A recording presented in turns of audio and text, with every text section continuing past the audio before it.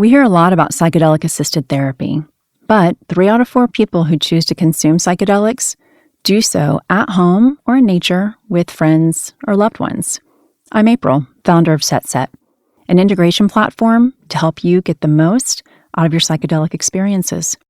The podcast episode you're about to listen to may reference one of my previous shows, The High Guide or How to Do the Pot, because I've been a trusted source in cannabis and psychedelics since 2015. I invite you to visit getsetset.com and sign up for our newsletter to receive your free guide on set and setting to make the most of your next psychedelic journey.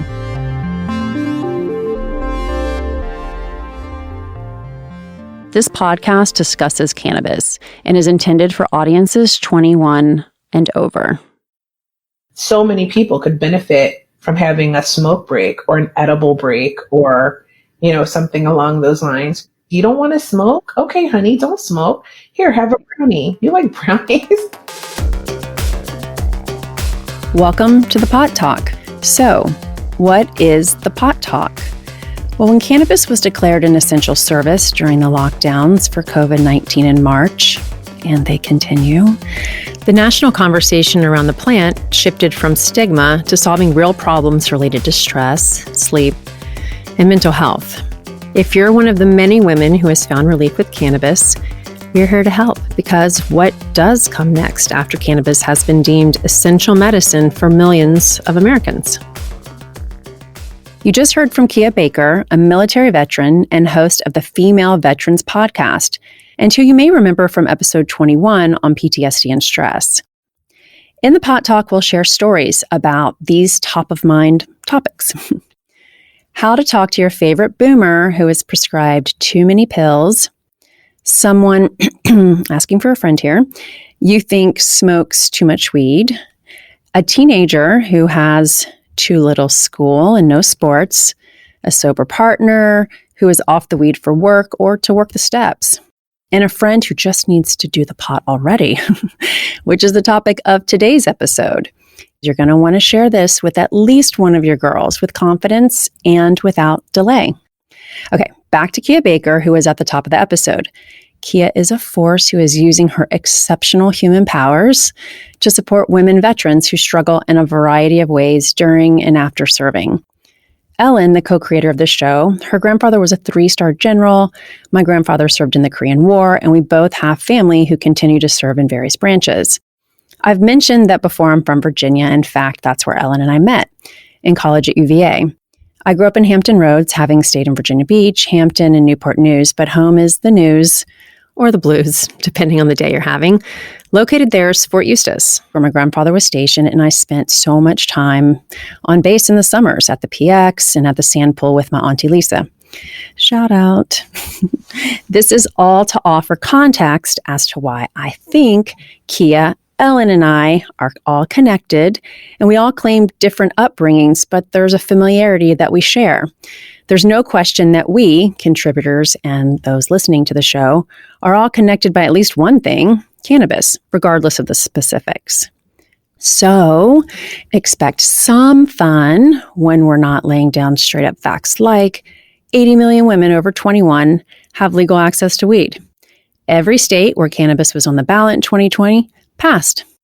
And that brings us to why we think you may be interested now more than ever in introducing cannabis to a friend who just needs to try pot already. Now that it's legal, that long-held and very valid reason may not apply. Think of legality like permission, and this episode is to run down all the reasons one may ever need to grant themselves permission to inhale, so to speak. You know what else legality allows for? You don't have to go through a guy to get high. You know what I mean? Sandra Guynes is a California-based nurse who goes by the Kush Nurse, with over 15 years of experience, who has dedicated herself to helping people understand how to use cannabis as an alternative to traditional medicine. One of my neighbors is my friend on Facebook, so she sees that I'm talking about cannabis a lot, clearly. She came to me for a tincture, but she came because she had knee pain. So I'm like, well, honey, you want a topical for that because topicals are really good in your joint area. So she was like, okay. Well, she left. She is in a running club, hadn't been able to run. She went back home, used it. And like the next day, she's like, oh my God, I'm back running. It worked. 2 days later, she was back running. Maybe you have some questions about cannabis topicals like creams, lotions, or balms. Episode 1 of How to Do the Pot, the pain episode, digs into that. We asked our favorite cannabis physician, Dr. Jessica Knox of the American Cannabinoid Clinics, for a quick refresher of the endocannabinoid system and the effects of topicals. So most people know about the cardiovascular system, our heart. They know about the neurological system, the respiratory system. These are the systems we all learned about in health class in high school, right? But nobody learned about the endocannabinoid system. But the endocannabinoid system, really important system that's sort of balancing and modulating all of these other systems in our body to maintain what we call homeostasis or balance in our body. Topical cannabis, either with CBD, which is available nationwide, or with THC, which is available on a state-by-state basis, is an entry point for many women. In the simplest possible terms, CBD reduces inflammation at its source in the body. Then THC comes in to tell the brain, it's okay, let's not process that pain signal with the same pulsing intensity. Another reason why topicals are a popular starting point. In general, THC is not absorbed as well through skin as CBD is. So what does that mean? It means that cannabis applied as a cream or lotion is not going to get you high. I have friends who also they never tried cannabis. They all got married very young, never in their whole lives, not even in college.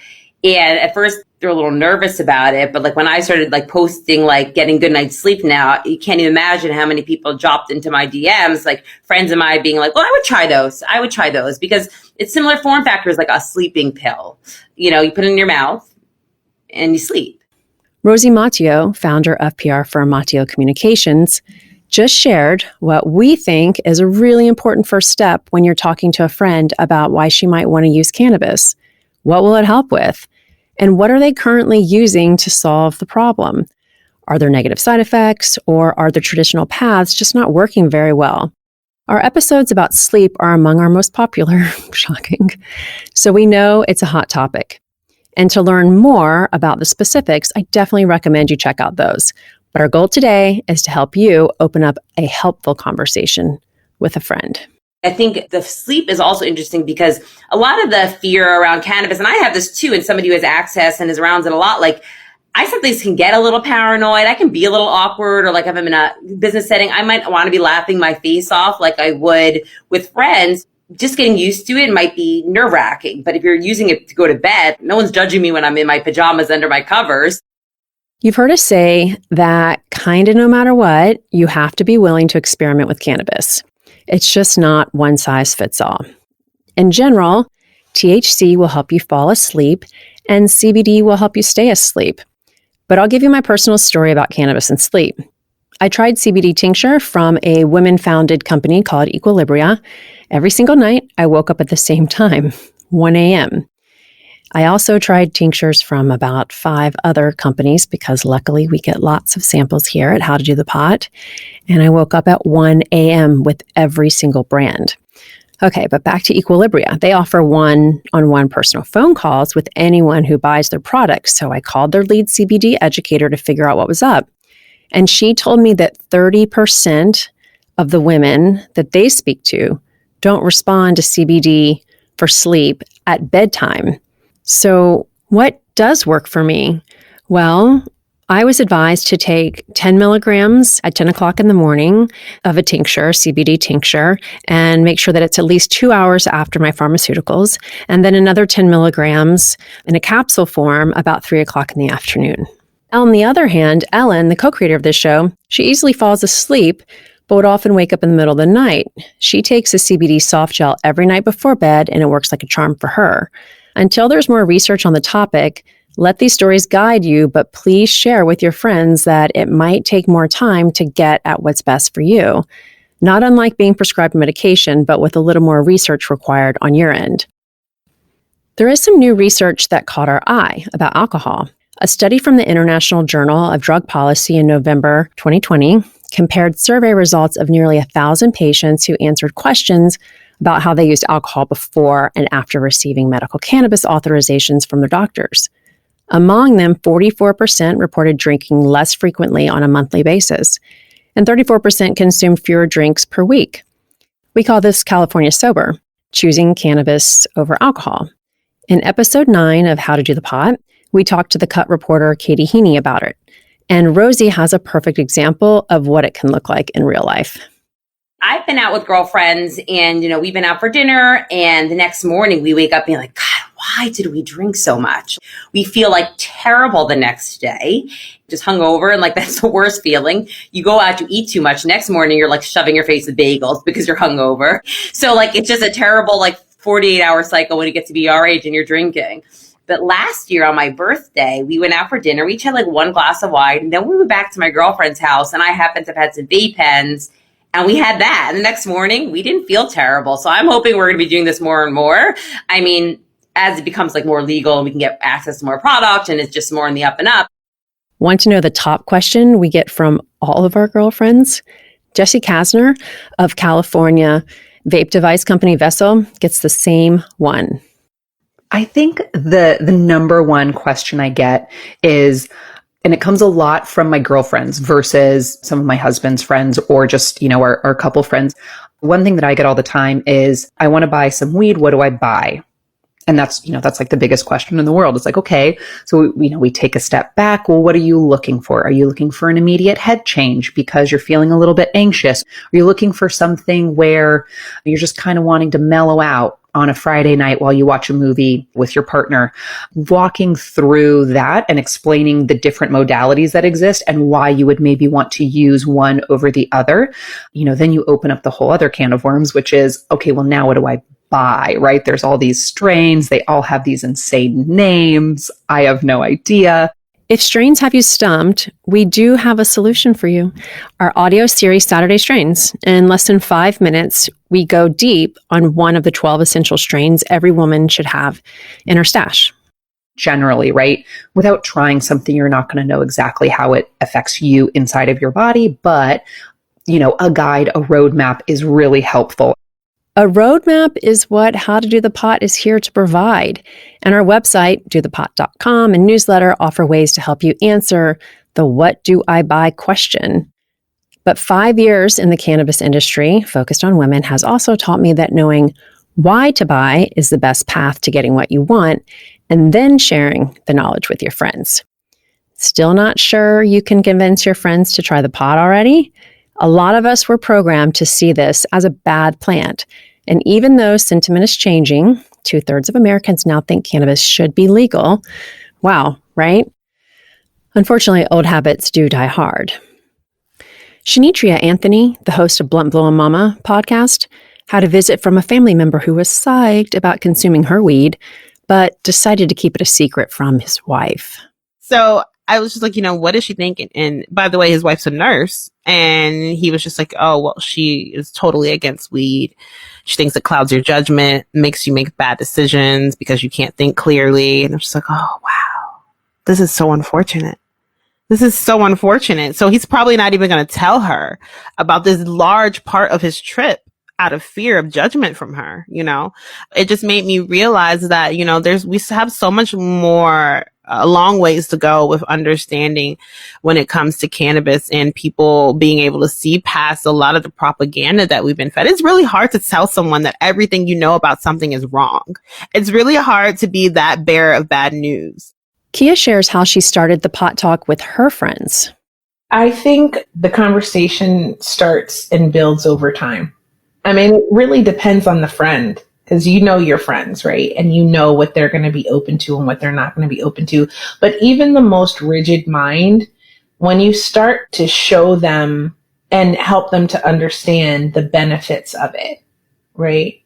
And what it's done for you, start the dialogue, start the conversation, start the education process. Do you feel comfortable being an ambassador for the plant? Rosie, our favorite PR expert, thinks messaging, naturally, really matters. I think the destigmatization, we have so much work to do. And these conversations that I'm having with my friends or my parents are so important. And I encourage people, if cannabis is a part of your life, talk about it more openly. If I'm a mother of 4 and I'm having these conversations with my daughter and it's my business, like I need to be more open about my consumption and have those conversations with people so they can get more comfortable around it. Because the more we're educating, the more we're destigmatizing, the more comfortable people will be in making it a choice for their life. Finally, if your friend does try weed but doesn't like it, Jessie has a solution for that too. My friends have all taken the tact of like, if it didn't work for me, I have plenty of other people who might like it, so I can just hand it off and then it's yours. You know, the re-gifting of cannabis, as it were, has been really nice too. For today's high five, the best ways to get your friend to try weed already. Number 1, if you have a personal story, be prepared to open the pot talk with a testimonial of how cannabis has added value to your life. Figure out what feels good for you to share and out your relationship with the plant. Listen, there are always exceptions, including not to be minimized cultural sensitivities, but in general, I promise you'll be shocked by how little judgment you'll be met with. Women of every age and in every part of the country are more curious than critical on this topic. Think of it like you're hooking her up, but don't be surprised if she wants to keep it on the DL. Even in legal states, women may feel they'll be judged for their choice to consume. Number 2, listen to your friend. What are some of the ongoing challenges you hear her mention? Is she experiencing any negative side effects to over-the-counter or prescription meds, or are the traditional paths just not working very well? This is the story I hear most from women, with the least in common. I tried everything. Cannabis was the last thing I tried and the first thing that worked. Number 3, if a topical will solve her problem, start there. A CBD topical is how most women are introduced to legal weed. Start with a topical, whether it's cream, lotion, or balm. It's a first step that won't get her high. Number 4, if ingesting weed is necessary, start with a tincture. Tinctures are sort of like Fisher-Price. My first experience with cannabis. They're so easy. You just put the liquid from the vial under your tongue, hold it there for 30 to 60 seconds, and yes, it does smell or taste a little bit planty. Hold it for 30 to 60 seconds and allow it to be absorbed by the cells in your mouth versus swallowing it, which will delay the onset. You can expect to feel something probably within 15 minutes. Number 5. If at all possible, help your friends score. If you're listening to this podcast, then you can offer a couple of products or brands you've heard on our episodes or send her to dothepot.com to investigate further. We know there's an overwhelming variety of products from which to choose.